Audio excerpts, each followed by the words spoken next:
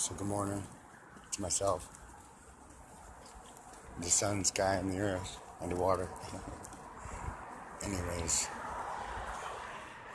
so I was checking out the subway, and there's an entrance in, and they kind of cattle you into this offside patio with those locks, so you can't get in or out through the patio.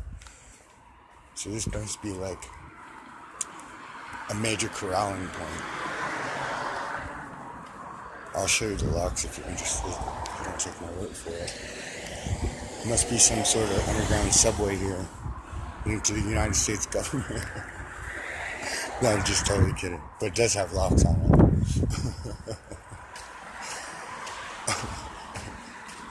But, yeah. Watch out for the subways.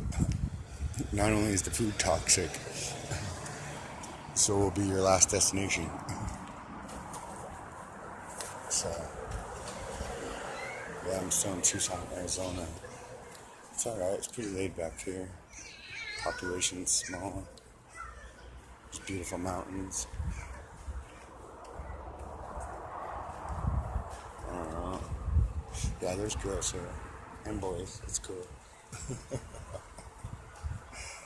They have like these cell phone towers like everywhere. Even in Phoenix, they were. Check it out.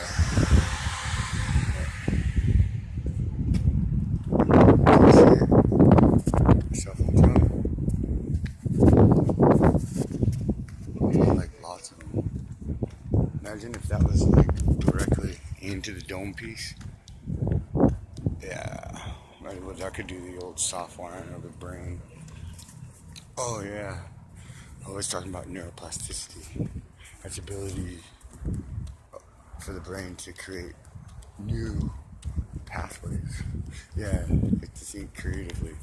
But like how some things can become a medicine, it can become like a drug. Or like these good things they can turn them into bad stuff. Especially when it has like medicinal qualities. Whether it be in the heart, mind, or spirit. Or the body, yeah. Physical addiction. Yeah, it's because gluttony exists. Well, there's a spiritual malady because we're not doing anything spiritual. Like indigenous people completely integrated into their environment. Their environment thrives because they thrive, and they thrive because their environment thrives, right? So they're totally operating on a different level of consciousness, right? Biologically speaking, too.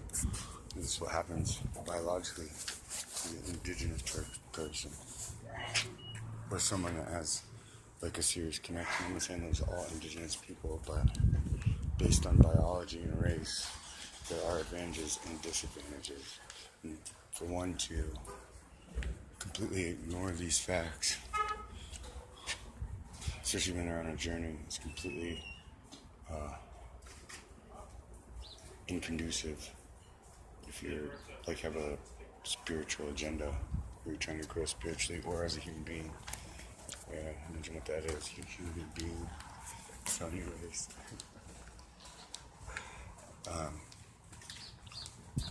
Yeah, so that dissonance, it like gets further and further, and then creates greater schisms in these places of mind, heart, body, and spirit. Yeah.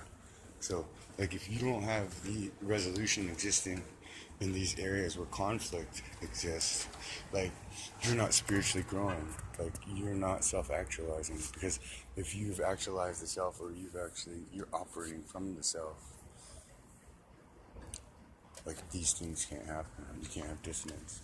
It's like dissonance would be like you're part of a religion, right? And that religion calls for you not to smoke, but you still smoke, right? So what the individual does, or like it compensates, right? So like it's not going to give up addiction, so it will mirror the philosophies or ideologies of the religion, right? Of the institution.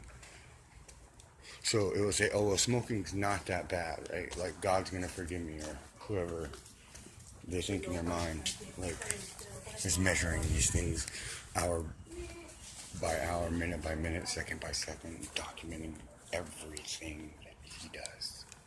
That's how important that individual is. Yeah. So anyways, so I say smoking's not that bad. Yeah. So that alleviates like the guilt or the shame or anything, whether it be coming from within or the particular group that they're involved with. Yeah. So they just made the compensation. So they've reached equilibrium.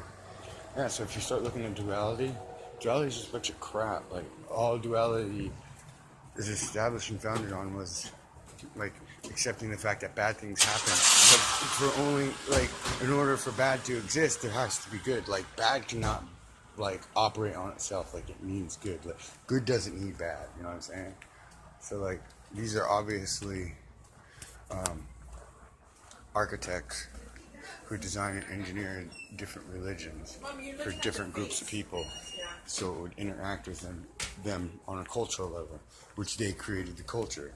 So it all adds up to nonsense, right? So if you're living in a dualistic frame of mind, like it's always like there's always have to be a versus. Yeah, always has to be like a conflict, whether it be internally or externally, right? What I'm worried about is internal conflict. Well, my internal conflicts, like, I've already battled them. Like, I'm the winner. Even when I lost, like, I was winning with these internal conflicts. So, yeah, some people don't even go play in those depths. Like, it's all external, right? Yeah, it's easy to, like, mess around with the external conflicts that happen on a daily basis and get involved with yourself. Yeah, so that's what I was writing about. Like, it gets deeper. So this dissonance, like, creates more apathy, creates or adds to the facade or the illusion, right? That people get taken into, and sometimes they give us an illusion, and they want us to buy it as a spiritual experience or some sort of because they have to, because we're spiritual beings. There's a malady that exists on the whole entire planet, right? Like when they had a spiritual problem when they come over here. Look what they did to the indigenous people, man. Wiped them all out. That's a serious sickness. Commit acts of genocide on a whole group of people. Not only do you kill them, you take away their parents, you take away their grandparents, you take away their language, everything about them becomes dirty. Yeah. But those institutions and those systems that were guiding that sort of train of thought and that sort of behavior still exist. They've just manifested differently. Right? So, dissonance, apathy, neuroplasticity.